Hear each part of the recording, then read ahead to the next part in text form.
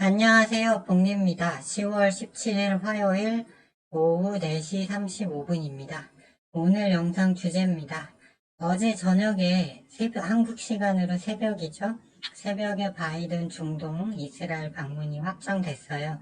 그래서 이 기대감으로 인해서 2.8 분쟁이 잘 해결되는 거 아닌가 하는 기대감 때문에 나스닥이 좀 더 오른 감이 있고요. 초반에 장 개시할 때는 실적 호조로 일단 나스닥이 반등이 나왔어요. 그래서 어제는 나스닥이 1.4% 정도 반등 가능성 좀 높다고 했는데 나왔어요. 그러나 오늘은 좀 조정 확률이 높은 걸로 보고 있습니다.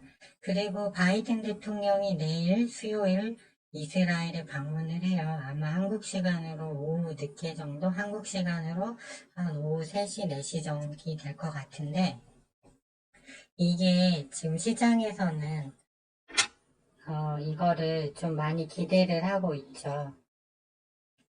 기대를 하고 있죠. 어떤 걸 기대하고 있냐?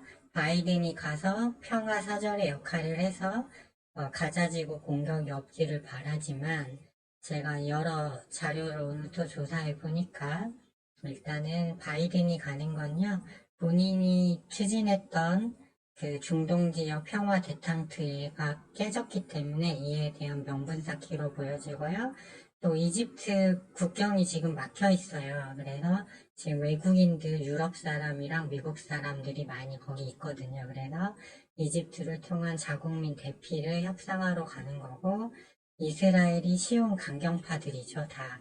그래서 공격하는 건 좋은데, 국무장관, 국방장관이 가도 말을 안 들으니까 이제 대통령이 직접 가서 가이드라인을 정해줄 걸로 보고 있고요. 오늘 국방부 대변인 발표를 보니까 바이든 대통령 방문과 상관없이 우리는 하마스를 공격할 거고, 이 부분에 있어서는 바이든 대통령도 지지를 표했다라는 발표, 그리고 100억 달러 군사비 긴급 지원을 요청했더라고요. 그러기 때문에 지금 미국 특수부대 2,000명 추가 파병, 그 다음에 항공모함이 가는 이유는 확전을 막기 위한 것 같아요. 그래서 아마 들어가는 건 좋은데 적당히 해라, 이런 말 같고요.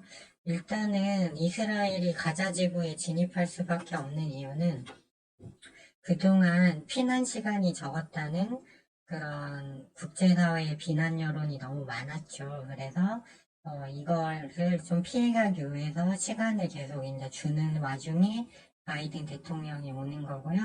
이 시온 강경파가 이스라엘을 집권한 지는 꽤 됐습니다. 그래서 이 사람들이 이번에 이거를 그냥 협상만 하고 끝낸다? 이거는 이 사람들의 정권을 온건파에게 넘겨주는 거나 마찬가지이기 때문에 일단 이 잡음은 일단 들어가서 얼마나 빨리 끝날지는 모르겠지만 일단은 들어갈 걸로 저는 일단 보고 있어요. 그래서 오늘 좀 이런저런 종목 단타를 쳤죠. 그래가지고 원래 계획됐던 것만 해야 되는데 폴라리스 오피스랑 그다음에 한미반도체, 주성 엔지니어링 이런 것만 했어야 하는데 괜히 없는 거 얼라인드하고 파워로직스 들어갔다가 최종 254만 7천 원 손실을 확정 지었습니다. 그리고 나서 이제 새롭게 떠오르는 그 유가 관련주 오늘 원래 빠져야 정상인데 급동유화가 강하게 올랐어요. 그래서 점심때 잡았는데 아래 위로 엄청 흔들더라고요. 하지만 거래대금과 이러한 분석하에 또 미국장이 오늘 빠질 것 같아서 그럼 해칭이 또 갈 게 해칭밖에 없는 것 같아요. 오늘 또 증시 코스닥 1.87%까지 올랐는데 종목들이 너무 힘이 없고요. 막판에 또 다 윗골이 달았어요. 그렇기 때문에 아직 저는 증시가 이 28 분쟁만 끝나고 나면 좋은 구간이 계속 온다라는 입장은 여전합니다. 하지만 지금 구간은 그런 구간이 아니기 때문에 일단 들어갔고요. 이게 아까 마이너스 6%까지 막 가고 그랬는데 일단 이런 판단하에 홀딩 했는데 매수가에서 딱 끝났습니다. 그래서 시간에도 지금 소폭 반등 중이에요. 네, 그래서 일단은 가져갈 생각입니다.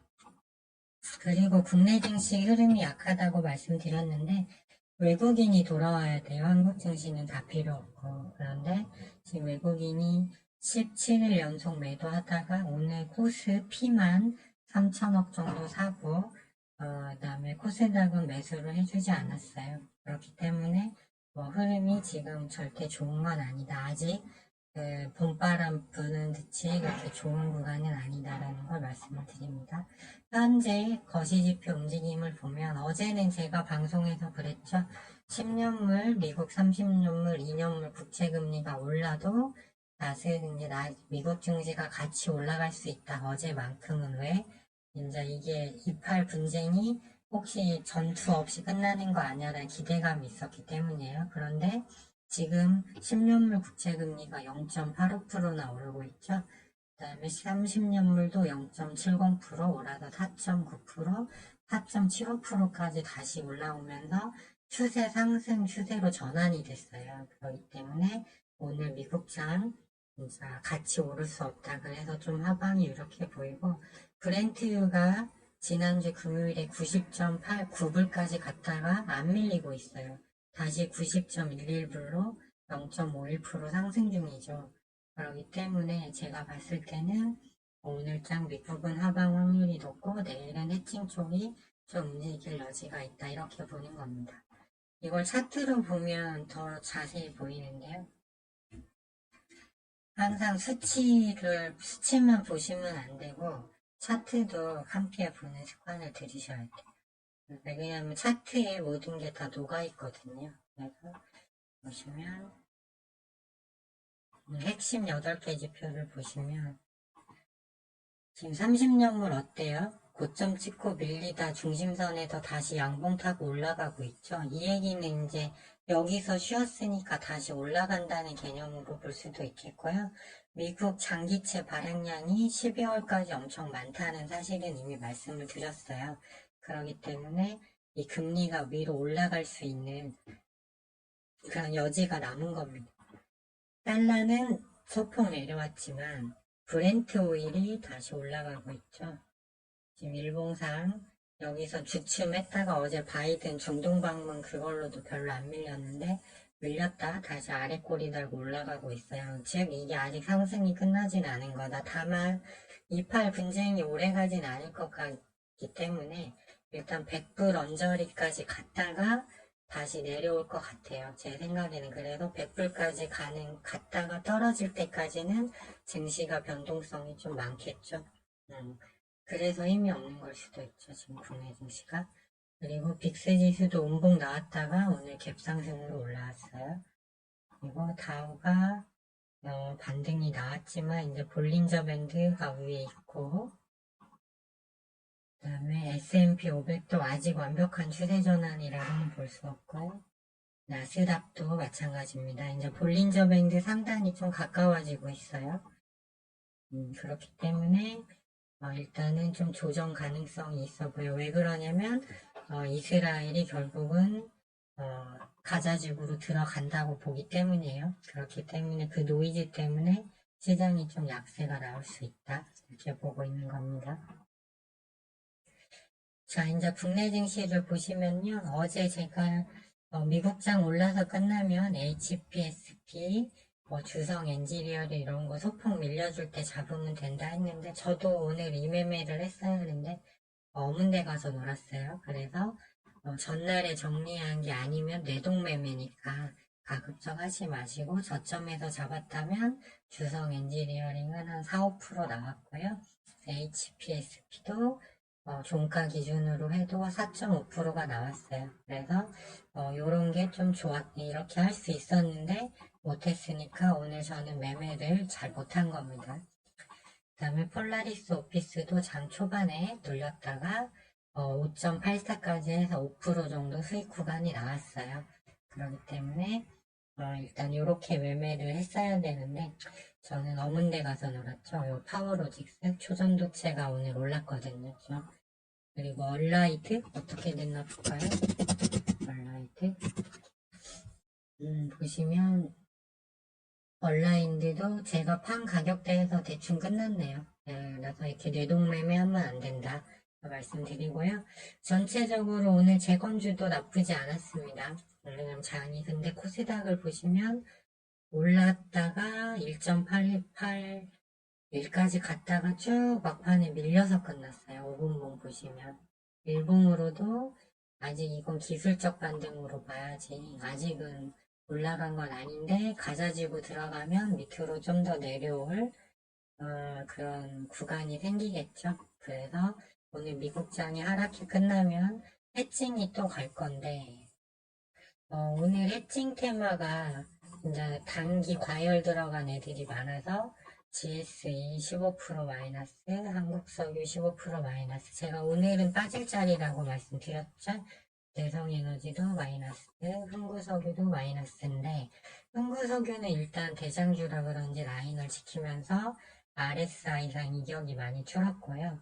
오늘 그 한창이나 휴니드 방산 관련주들도 오늘 상승이 나왔어요. 그런데 유가 관련주에서 급동유화가 가장 못 올라가는 못난이었다가 오늘 이제 올라가길래 이걸 잡은 겁니다. 그래서 추후에 그런 상황이 온다면 얘네는 거의 오른 게 없기 때문에 이런 애들이 갈 거라고 보고, 그리고 오늘 거래량이 4,100만 주로 이 유동 물량이 1940만 주인데 거의 2배 넘게 돌았거든요. 그렇기 때문에 이거는 세력이 일단 들어왔다고 저 혼자 일단 가정을 했습니다.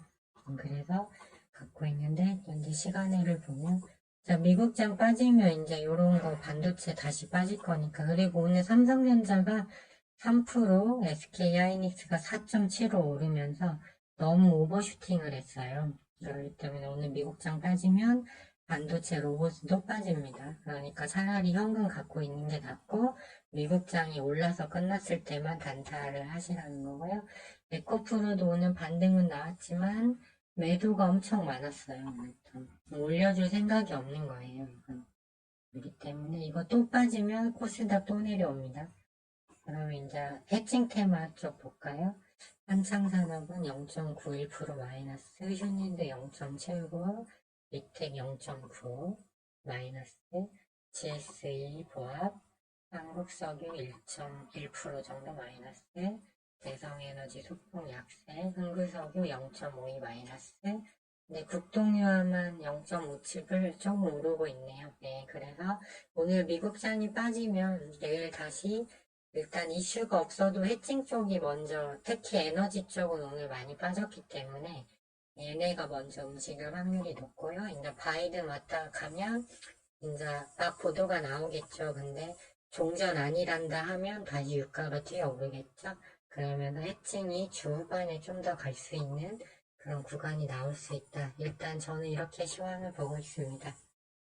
정리하면 바이든 내일 이스라엘 방문해도 이스라엘은 가자지구 공격을 할 것 같습니다. 그래서 그 공격이 끝나고 종전이 될 때까지 시장은 좀 약세 흐름이 나올 걸로 보여지고요.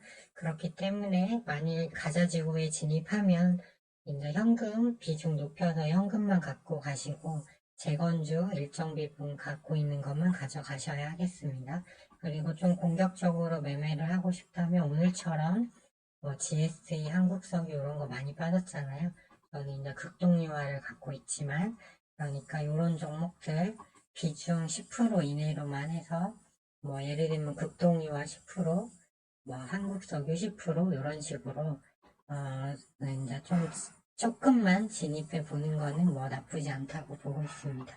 네, 오늘장도 모두 수고 많으셨고요. 저는 내일 장 마감 후에 다시 찾아뵙도록 하겠습니다.